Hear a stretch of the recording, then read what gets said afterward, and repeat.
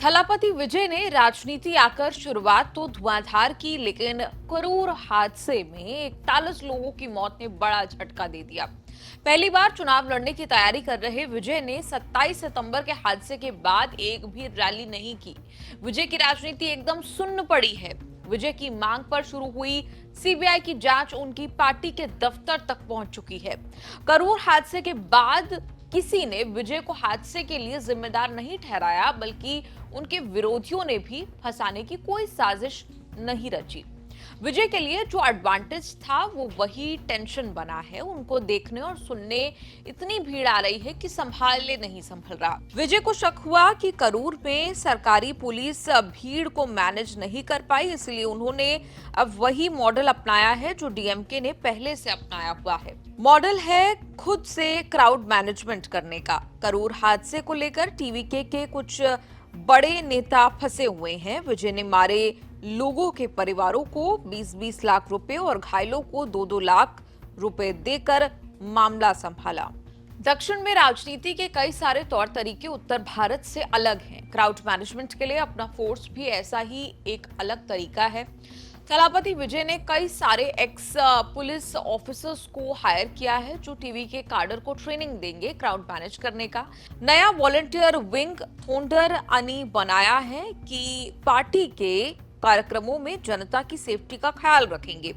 थोंडर अनी को ट्रेन करने के लिए तमिलनाडु पुलिस के एक्स 7 सीनियर पुलिस ऑफिसर्स को हायर किया है।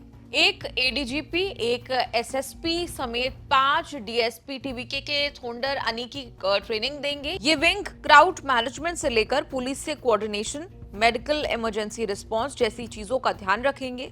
तमिलनाडु में अब तक सिर्फ 2 पार्टियां डीएमके और एआईडीएमके ऐसा करती रही हैं। विजय ने उसी पैटर्न पर अपनी फोर्स बना रहे हैं। तमिलनाडु में अगले साल विधानसभा चुनाव हो रहे हैं। बहुत सालों से तमिलनाडु में चुनाव डीएमके वर्सेस एआईडीएमके होता रहा है। एक्टिंग का करियर छोड़कर राजनीति में उतरकर विजय ने राजनीति पलट दी। किसी से अलायंस किए बिना सबसे लड़ने अकेले निकल पड़े हैं। करूर हादसे से पहले तक विजय ने इतना माहौल बनाया कि तमिलनाडु के सारे जमे जमाने समीकरण टूट गए। विजय बड़े फिल्म स्टार हैं, उनको देखने सुनने के लिए इतने लोग आ रहे हैं कि सारी पार्टियों के होश उड़े हैं।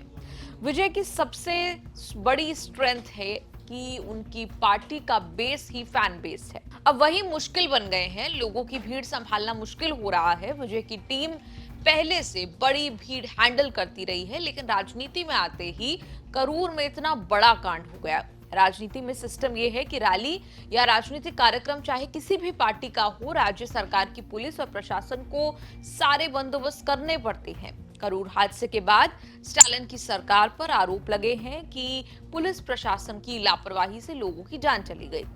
करूर में हादसा तब हुआ जब विजय के अलावा कोई और पार्टी इतनी ज्यादा राजनीतिक कार्यक्रम नहीं कर रही है। तमिलनाडु सरकार के हाथ पैर फूल गए हैं। 6 नवंबर को स्टालिन ने ऑल पार्टी मीटिंग बुलाई, जिसमें रैलियों के लिए एसओपी तैयार किया जाएगा। मद्रास हाईकोर्ट भी सरकार से ऐसा कोई एसओपी बनाने के लिए कहा था। अब इसमें राजनीति ये है कि कोर्ट के आदेश पर सरकार एसओपी बनाने के लिए जिन पार्टियों को बुला रही है उसमें टीवीके को नहीं बुलाया जाएगा। मीटिंग में केवल मान्यता पार्टी राजनीतिक पार्टियों को बुलाया जाएगा। टीवीके इस क्राइटेरिया में फिट नहीं बैठती, मतलब जिस पार्टी की रैली में सबसे ज्यादा भीड़ जुटने का इतिहास रहा है वही एसओपी बनाने से बाहर रहेगी। अभी ये क्लियर नहीं है कि 27 सितंबर से ठप टीवीके का कैंपेन फिर कब शुरू होगा। 13 सितंबर से तिरुचिरापल्ली से विजय ने पहली बार राज्य का दौरा शुरू किया था। करूर पहुंचने ही सारा प्लान चौपट हो गया, जबकि विजय की यात्रा 20 दिसंबर को मदुरै में खत्म होने वाली थी। हादसे के बाद पूरा अक्टूबर निकल गया। विजय शांत है, लेकिन चुनाव लड़ना है तो घर बैठने से काम नहीं चलेगा।